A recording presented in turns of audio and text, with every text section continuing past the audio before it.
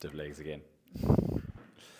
All right, awesome. So today we're going to be kicking off with sharing a little bit about who we are, how we got into the coaching industry, what coaching is all about, how it works, why it works, and the most important questions are, is life coaching the right career path for you? Or is hiring a life coach the right decision for you? So we've been in the coaching industry now for many, many years. For myself personally, I started off as a lawyer and I met this lovely lady who helped me transition into what I was really passionate about, which was health, fitness, and personal development. So I became a personal trainer. And once I had been a PT for a little while, Charis had been a PT for quite some time, so she acted as my coach and mentor, which was a blessing. And what we really started to find, right, is that yes, we were training people on the floor. Yes, we were helping them create that physical change that they were looking for. But so many of the sessions just turned into conversations, right? Where we were dealing with all kinds of different challenges with their mental health, their relationships, their career. So we really found life coaching as a way to bridge the gap between what we were currently doing and the impact that we really wanted to make. So for me, that was how I got into the coaching journey and started mine. So how did it happen for you? How did you get into the industry? Well, for me, I started out obviously working in the fitness industry. And yeah, I was working as a personal trainer for many years and started realizing that there's so much more, right? There's so much more than just lifting weights, there's so much more than just following this training program. And that more comes from here, right? It's not just about what you're eating, it's not just about how you're working out, but it's about what's going on in your mind as well. So I started realizing that there's so much more to personal training with regards to helping coach clients. And that's why I thought like the next logical step for me was to get more into coaching. And for me personally, I struggled a lot when I was growing up with a lot of my own emotions. I struggled with managing my own thoughts, and I also suffered a lot with negative emotions and I didn't know how to handle them. So I found that following this path and following this journey of coaching helped me to firstly change myself and learn how to manage my own emotions, and therefore I was able to help my clients a lot more. 100%. And interestingly enough, so as I said before, I was a lawyer and then I became a PT. The reason I became a PT, the reason that I actually made the decision was that firstly, I met this lovely lady and she invited me to a retreat. And I was like, what is a retreat? What is this? Went to this retreat. She'd been obviously in the industry already. She'd had all these amazing skills that she developed in personal development. We went through this amazing program, right? Absolutely incredible. And it brought me to the realization of what I actually really wanted to do in life. It helped me make sense of my thoughts, of my emotions, and the path that I wanted to take. And once that retreat was done, I said, Mom and Dad, I'm done with law. I'm going to go stand in the gym with this beautiful girl I just met and help people get big muscles. So, very interesting conversation to have, but a blessed one, right? So that really is the power of coaching. And like Sheree said, even for myself, it really helped me make sense of my own mind, right? We kind of got to the point where we had a good physical shape. And we knew what we were doing, right? In the physical elements. But building that mental and emotional resilience and those skills was really what took it over the edge for me. So are you ready to dive into these questions? Let's get going. Let's do it. So question number one, what exactly is life coaching and how does it differ from therapy or mentoring? Interesting question. So, firstly, life coaching for me is coming together to find a solution and a way forward, right? The first step is helping a client to really dig deep into figuring out what they want in all the core areas of their life, in their relationship, in their career, in their health, financially, in their home environment, right? So, we dig deep into all of these areas, right? And then from there, we see where are you unhappy and what's causing that, and how can we find solutions for that. And generally there's always kind of 2 to 3 solutions. It's you can either do something about it, right? You can change what you're doing, you can do something else, you can follow a strategy, you can, if you're unhappy in your body, you can go work out. If you're unhappy in your relationship, you can learn how to communicate better, you can go on date nights. There's things that you can do. But the other thing is learning how to shift the mindsets around the things that you cannot control and that you cannot do.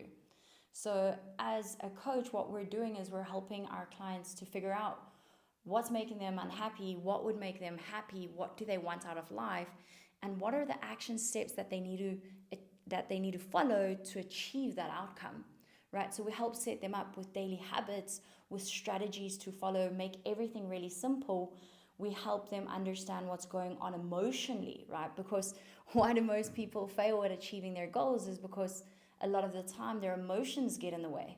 Why do people fail in their relationships? Their emotions get in the way. Why do people have issues at work? Their emotions get in the way, right? So when we dig deeper into understanding all the different emotions and why they're showing up, why are you feeling this way, and what can you actually do about it to overcome this, that's where we can actually start making real progress. And for me, the difference between therapy and mentoring and coaching, well, specifically therapy and coaching, is that therapy is very based on the issues that people are dealing with. It's very based on what they're currently facing and why are they feeling like that. So what happened to make them feel that way? It's diving deep into the past, right? And what I've found personally with therapy and with my clients that have done therapy is they very often feel like they're going kind of around in circles because it's very focused on the issue, the problem.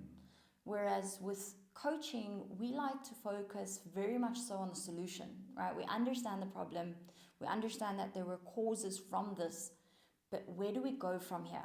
What are the steps that we need to take actually moving forward? And that's where I see the biggest difference is with therapy and coaching. Spot on. Honestly, I think you absolutely nailed it, right? It's that difference between, they're both helping professions, right? And they both have their place, yeah? And I think that's very important to note that therapy and life coaching, they're not competing things, right? It's just they're for different functions. So therapy is more past related, where coaching is more future related. I had a really cool analogy, and remember this one. I hope I don't absolutely balk it, but it goes something like this. If you get sick, yeah, you go see a doctor. But you don't just go to the doctor. Most people don't just go on a regular basis to make sure that they're healthy, like every single week. You go when there's an issue. Personal trainers maintain that health and fitness consistently over time with exercise and nutrition. And in some cases, I feel like life coaching and therapy can be in the same kind of bracket, right? Because yes, sometimes you need therapy. If you've been through a lot of trauma, PTSD, severe depression, you need to talk it out, right? And there's certain mental conditions that are best handled by a qualified therapist, of course. But with life coaching, and this is one of the reasons I think it's so cool, is that it helps people in what I like to think of as like the gray zone, where it's not terrible, you're not completely depressed or like clinically depressed, but life is just like, it's just like, it's not great. Like, it's not bad, but it's not great. And that gray zone is so dangerous because that's where you get stuck, right? A life coach helps you get out of that, to go from nah to great. And I think that's, for me, also one of the biggest differences between those things. So, You were saying about the doctor. yes. So the doctor, right, is all about fixing that illness. The personal trainer is about maintaining that health and fitness. The life coach versus the therapist, I feel like, is the same difference. Where the life coach is like, let's get you from average to amazing to maintain that mental emotional state. Whereas therapy could be done when you've got ill, right? You've been through some kind of mental ailment, just how you would with the physical. So in terms of therapy and life coaching, that is what we see as the main differences. There's a role for both, but most certainly each has their benefits. So this is a nice, interesting one, which I think a lot of people are going to enjoy. What qualifications or certifications do you need to become a successful life coach? Qualifications and certifications. Well, does being a good person and non-judgmental count? I wish there was a certificate for that. Don't be a doers. Don't be a dick. Don't be a dick, ladies and gentlemen. That's the certificate you need. We'll cut that one out. So with regards to qualifications and certifications, right, life coaching is a brand new industry. It's been around for what, 60 years? If that. Right, if even that, yeah. So, I mean, life coaching is very new, so they haven't really set up a lot of standards, although qualifications and certifications give you credibility. And the most important part is getting a solid training that's going to give you the skills, the knowledge, the resources, and the tools to actually be a successful life coach. So it's not necessarily only about the qualification or the certification that you're getting. I mean, people are natural life coaches, right? We are born, if you're someone who likes helping people, if you're someone who other people are naturally attracted to you, they come to you with their problems, right? A lot of the time we're doing life coaching before we're even certified. And I feel like that was it for me, right? I was already a life coach 2 or 3 years before I was certified. And that's what made me come to the realization is that maybe I actually need a certification to say. But for me, it's the training, right? It's learning the science, the backed up evidence of how to actually take a person and help them shift their mindset, how to help them dig deep into those beliefs, to overcome those limiting beliefs, to overcome those things that are holding them back. And that for me is what truly matters. It's the training that comes with it, right? That certification is great, that qualification is great, but that training, knowing the skills, knowing the science, that's what really matters for me. I mean, I don't know what you feel about it. So when it comes to certification, and we get this a lot, right? We get a lot of questions about certification. Like Cherie said, certification, it gives you credibility, but it's not so much the piece of paper. It's what came before that, right? It's what you had to do to earn that piece of paper. That's really where it's at, because there's so many places in any kind of industry where you can get a certificate, but is it going to have prepared you for what you really need to do to be effective? So for me, it's not necessarily the certificate, it's more the institution and the training behind that, right? Like, what credibility do you have in terms of skill, not in terms of paper? So again, new industry, like you said, so there's not a lot of regulation, but it is good to get a certification. Absolutely. 100%, because again, you now know that you have learned what you need to learn. Someone has assessed you to give you feedback, which is massive. And your clients know that you've actually been through a process, yeah? It's like a personal trainer. Yes, you can be fit and train someone, but have you really developed the skills to do that as a profession? That's really the difference. So I think for us, that's where certifications really fall in, right? Awesome. How can life coaching benefit someone, and what kind of results can a client expect? Very interesting. This is a tough one to answer, right? Because there's so many benefits. There's so many benefits to coaching, and every single session that I have with a client, I realize just how necessary coaching truly is. So benefits, I would say, firstly, the most important thing is just getting everything that's in your head out, right? It's so amazing how like these jumbled thoughts that clients come in with overwhelm, and they're not knowing what's going on, and they just start talking about it, and they've already found their solution just by talking about it, right? That's even before the science comes in. So that would be the first one, is just having an open and a safe space, right? As coaches, we go through a lot of training, and we have to have a certain kind of personality in order to be a coach, right?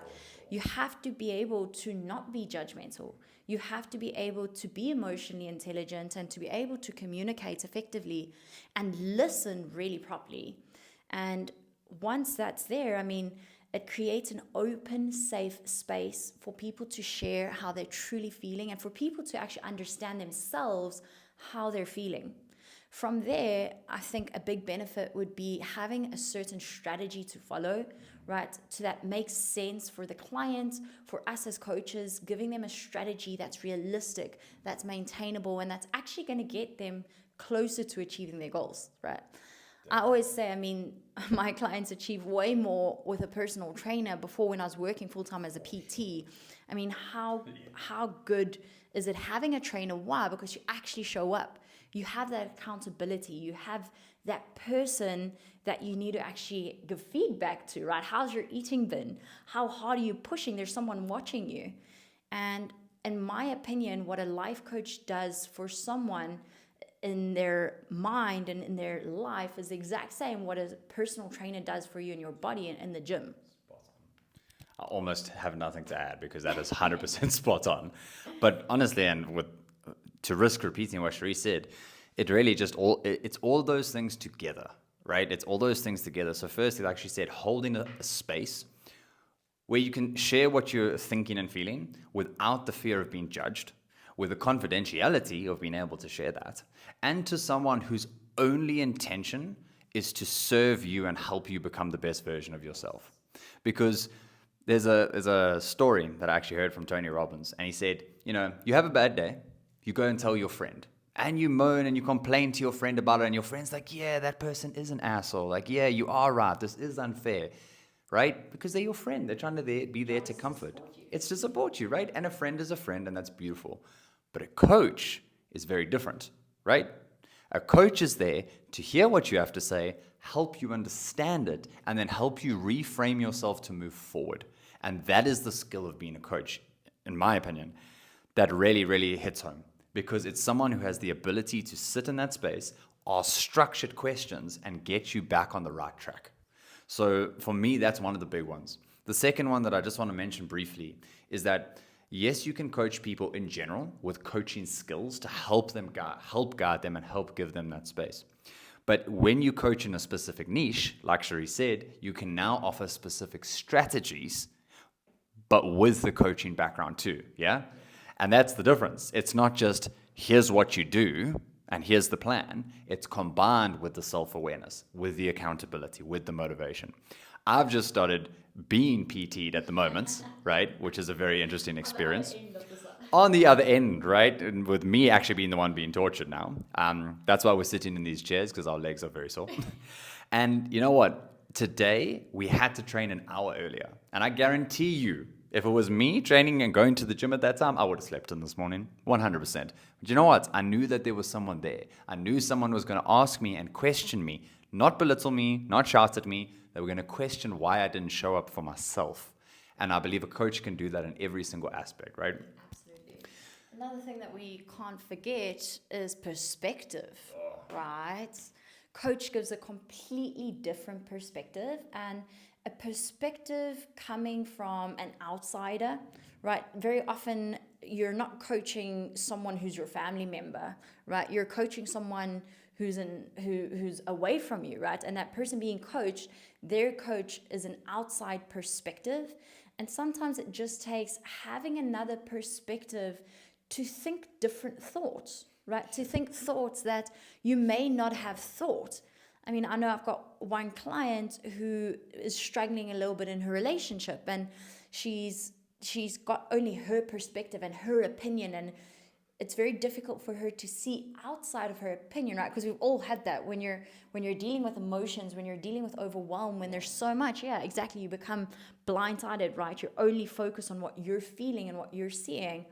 And for me, a huge part of what a coach does is provide another perspective, providing a perspective from an outside point of view that can just help you shift your way of thinking and consider different alternatives. Exactly, and I'm so glad that you brought that up. It actually reminds me of, and if there's any gentlemen watching this, you will know this. When we as men, when we watch sport, right, when we are sitting on our couch watching a sport, we automatically become experts at the game, right? We know exactly what's right and what's wrong, and to be honest, we should just go there and play, right? Because we are actually know better. But why do we know better? Because we're looking at it from an objective point of view. We can see things they can't see. We're not tired and sweaty and under pressure. And that's why we can see the solutions very obviously. And I think that's another way to put that perspective, right? It's just having that objective perspective from somewhere completely different. Absolutely. Love it, 100%. So, next up. Oh, I like this one. What should you look for when hiring a life coach to ensure that they're a good fit? Well, hopefully for life coaching, it's a little bit different for personal training. So recently we were certifying some personal trainers. That's what we do. We certify personal trainers and life coaches. That's what our main job is, coach education. And we had a group of people, and I asked the group, well, what do you look for in a personal trainer, right? Because it's nice to understand what you look for if you want to become one, to know, bring that awareness. And the lady said the outfit. Cute outfit. This was in low for context. Good time. So hopefully coaching, you're not looking at the outfit, right? So, how the question was, what should you look for when looking for a good fit? So, firstly, I would say definitely someone who you can feel that connection with, right? You can feel that connection with your coaching clients straight away. I would say looking for someone who's empathetic and understanding and non judgmental, someone who's creating that safe space for you to feel safe enough that you can dig into that vulnerability within yourself. Because that's what we truly want is we have to learn to open up the vulnerable parts of ourselves so that we can be really truthful and honest and dig deep into the core. But if you're with a coach that you don't trust or that you don't like, you're never ever going to get there. So my advice to anyone looking for a life coach is make sure that your coach is someone that you feel safe with and that they're knowledgeable, that they know what they're talking about, and that they're giving you real strategies and real solutions to follow, that they're not allowing you to just wallow in self-pity and focus on your problems, but that they're shifting you to focus on solutions. Exactly. And that's, again, core coaching skills, right? What you've just mentioned. From my side, to be honest, let's look at it from the other side. What's a red flag for me personally and a coach? When someone, as a life coach, just starts any session or any kind of interaction with talking more than they listen, with preaching and telling you how you should live your life or what you should do. Now, don't get me wrong. Coaches can offer solutions. They can offer strategies if they are experts in that specific area. But if they are talking more than they are listening, then they're a life guru, right? They're trying to tell you, or an influencer, they're trying to tell you, I do this, so you should do this. A good coach listens way more than they speak. They listen so they can help you find your own solutions. And if you need some specific strategies, they'll give it to you. But I just see so many life coaches, and I do inverted commas because that's what they are, preaching, right? You should live your life like this. You should think like this and be like this and do like this, judging, right? Like, and that's the same thing with personal trainers. If you go to a life coach and you feel judged, that's the same thing as going to a personal trainer and them telling you that, hey, you're overweight and your body looks terrible. To me, it's the same thing. Yeah. Like, if a life coach is making you feel worse and having no solution and not getting you out of that place, that is not a life coach. That is someone who wants to tell you what to do. And to me, that's really not what the game is about, right? Absolutely. So those are some of the things to look for. But like Cherie said, you've got to have that connection, right? You've got to have that connection. And not every good life coach will be the right one for you. Yeah?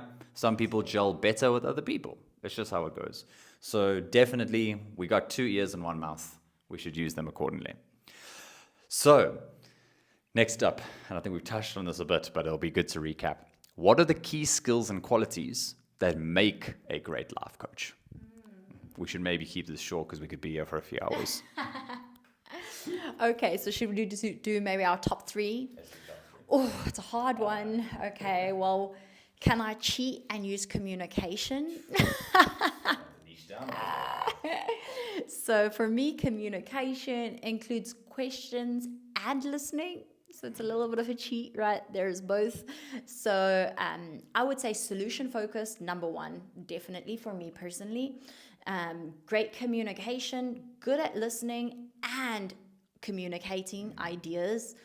And the final one has to be empathy/rapport, right? Like there has to be empathy in there. Like I believe as a coach, you have to be empathetic because the people that are coming to you, they are struggling, right? And a lot of the time, people may not see their struggles as struggles, but if someone has a struggle, it's a real struggle to them, right? And a coach has to be able to understand that and be empathetic and kind and compassionate. And from that space, the client is able to make that shift. Exactly. Well, now that Cherise has taken the golden ones. But no, I couldn't agree more. Like everything you've said is just 100% spot on. Those are the core ingredients of a life coach. I think some other ones that maybe kind of get overlooked because they are smaller skills, but they really matter. Things like organization, just small things like organization, and I include things like time management in there. Because let's put it this way, kind of circling back to that last question. If your life coach is 30 minutes late every single time and has no idea what they're doing on that day, that's probably not the right place to be, right?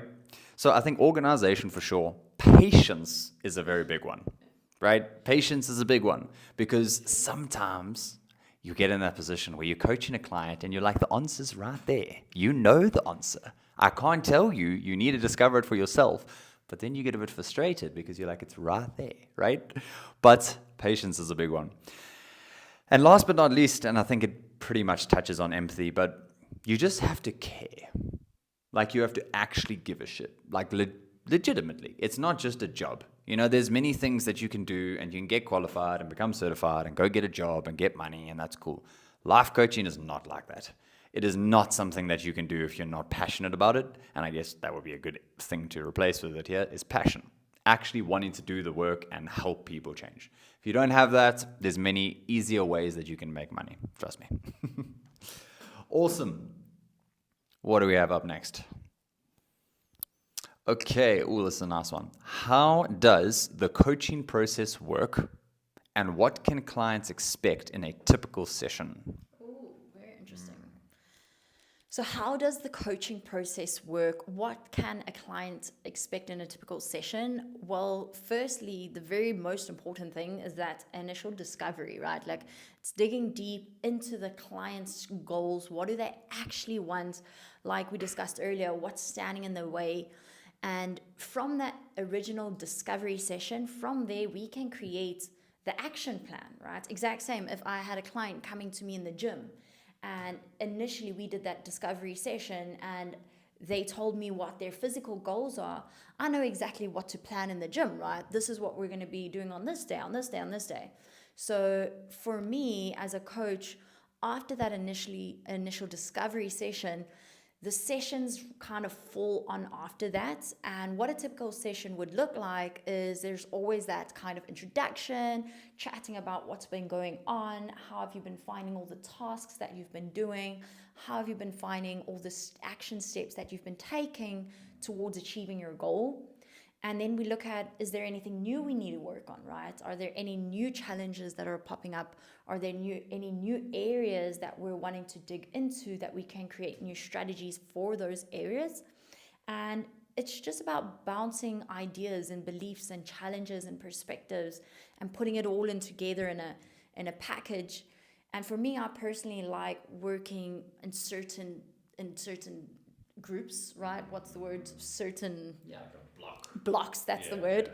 Certain blocks, right? And I know over these 12 weeks, right, whatever the niches that we're working on, whether it's self-love, whether it's weight loss, whether it's emotional intelligence, in those 12 weeks, we've got certain steps that we're going to go through, right? We're going to tackle the mindsets, and then we're going to tackle awareness, and then we're going to tackle values and beliefs and the science behind whatever they're looking at. And that's kind of the strategy for me.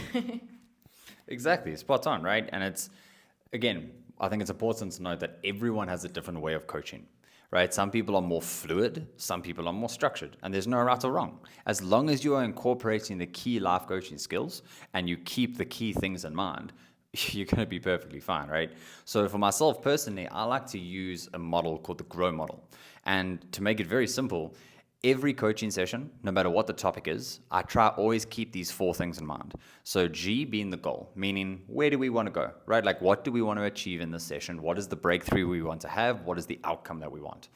R being reality, where are you now, right? What is the difference between the outcome that we want and where you currently are in terms of mindset, skill, time even? So where do you want to go? Where are you now? O is for options and obstacles. What's standing in your way and what can we do about it? Very simple. Brainstorm solutions. W, what's next? There's a bunch of things we can do, but what will you do? So there's an action step that they leave that session with. So something like that I find to be very useful. And I think especially as coaches start out, I find it's nice to have a structure to start with, kind of like a chef, right? It's like when you start, you need a recipe. And don't mess with the recipe, man. Just do it how it is. Once you practice a little bit, then you can start mixing it up, right? Adding a spice here and there. I don't know anything about cooking, but you get the point, right? So yeah, I think that would be the real outcome of that. And what can clients expect in that session? To move through it in a structured manner on whatever the topic might be with an actionable step that they are going to do following that session. So they need to walk away knowing I'm going to do X, Y, Z so I can move forward. We're making consistent progress, right? Beautiful. So you actually touched on this a little bit, so I'm happy that this question is next. What are the different types of life coaching niches, and how do you choose the right one? There are so many niches, right? It's a biggie. I would personally say, like, you need to feel what you're passionate about, and you need to also look at what are you experienced in, right? Like that's actually what you need to look at. Where's your experience? Where's your passion? What does the world need? And how can you get paid to do it? That's the goal, right? So there's so many different niches. There's self-love, there's business, there's weight loss, there's sales, there's emotional intelligence, there's embracing adolescence, for teens, for children. There's so many different niches, but I think the core skills are still the same, right? The core coaching skills are still the exact same. You could use the exact same questions regardless of what niche you're in, as long as you understand the structure and the science behind coaching and how to actually stimulate and create change. That's what's really important. And finding the niche, I mean, it's a process, right? It's a big process, but throughout our training, we do take all of our coaches throughout the process of really digging deep into finding their niche.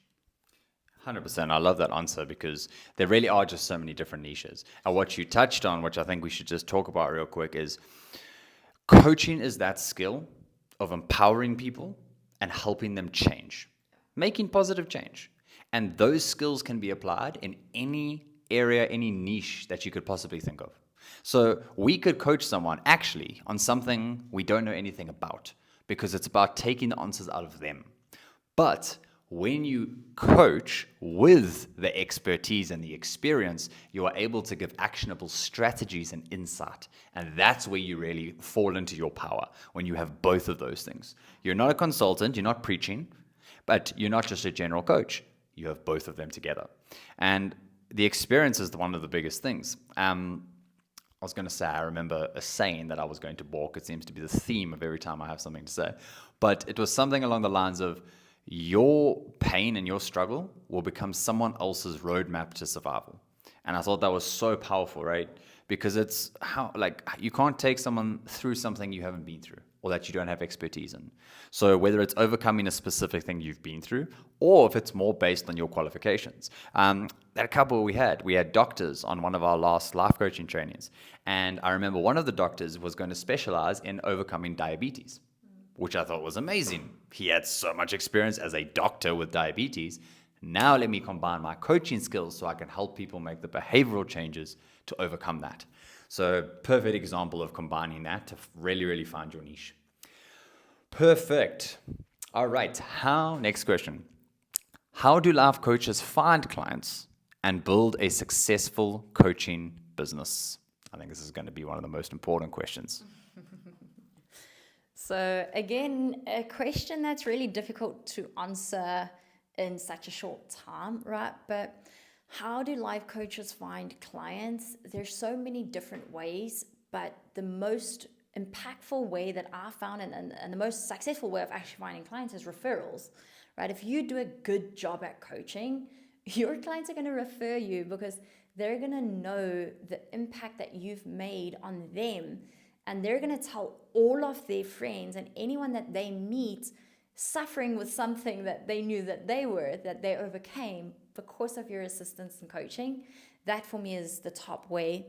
Obviously, having a good social media presence, speaking more about what you're actually offering and making it clear, like we discussed, coaching is a new profession.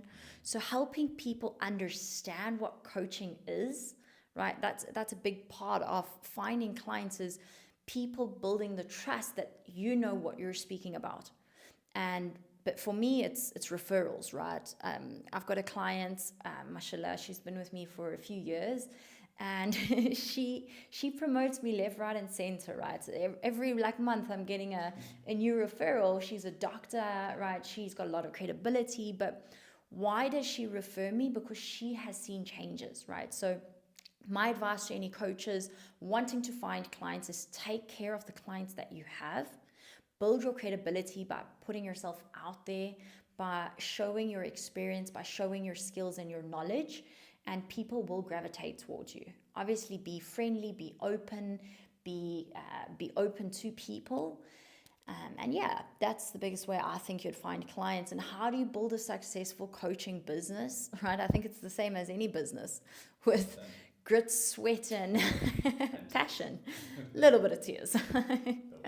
Right? It's treating it like a real business. That's what it is to me. It's treating it like any business. You need marketing, you need advertising, you need the strategies to actually market yourself and promote yourself and advertise yourself. And again, like Rory mentioned earlier, that time management, right? Set up your business as if it is a real business and it will become a real business. Exactly. And like Sheree said, there's so much to cover in such a short time. I mean, we could do a whole episode just on that. We do in our training. We do. So that is a very interesting point. We cover a lot of these strategies, right? Specifically around the business skills, because a lot of life coaches get out there and there's this perception that, got my certificate, cool. I'm just going to have a bunch of clients come up to me. Like, no, it's work. It's a business. It's something. It's entrepreneurial. You have to go out and sell yourself. So my biggest piece of advice that I've personally taken on, that I've learned, and we'll make it as simple as possible, just speak to and serve as many people as you can. The more people you speak to, the more coaching questions you ask, the more problems you solve, people will want to give you their money to get that result. If someone has a problem and you fix it, that is a customer. That's what that is. I remember getting a coaching client off asking 3 questions at a random party. I don't even remember where it was or what we were doing, but asked him 3 questions about something, and he asked me, hey, are you a coach? Like, do you do this? It seems like it. And I was like, what do you know? And he became one of my coaching clients, right? Not because I wasn't there at the party trying to sell myself or market myself. I was just trying to help, because that's what we do. And I helped, it helped, and we got to be in a coach-client relationship after that. So it is about people. It's about speaking to people, it's about serving people, and just putting yourself out there. Awesome. So, what are the most common misconceptions about life coaching? Very interesting. Most common misconception, the one that I hear all the time. So, you're a life coach. You're going to tell me how to live my life. You're going to tell me what to do with all my time. No, I'm not going to do that. I'm going to ask you some powerful questions so that you can dig deep and discover the solution for yourself, because you know yourself a lot better than I know you. You know your desires, your wants, your background, your history a lot more than I do. So you know the solutions, right? You know what it is that you want. A life coach doesn't tell you what to do, but they help you to discover. That's my biggest misconception. What have you found is your biggest misconception? Well, that's definitely the biggest one, because I promise you what Sharice just said, word for word, multiple times.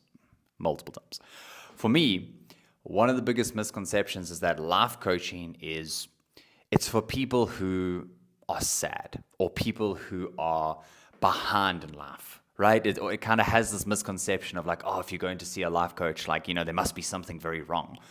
You can hire a coach when you're doing great. Why? Because you know that you can reach more of your full potential. You can do more. And you can always do more when you have support and when you have objective perspective. So it's not just about people who are quote unquote behind or who are down or who are sad. It's for anyone who wants to be better. And you don't need to be coming from a bad place. You can just be coming from good to great. So there's many misconceptions, but I think to me that's one of the most powerful ones, right? Everyone can benefit from it. And once again, it's not therapy, right? It's coaching. And there's a big difference between those two. Well, if you have to look at all athletes, right?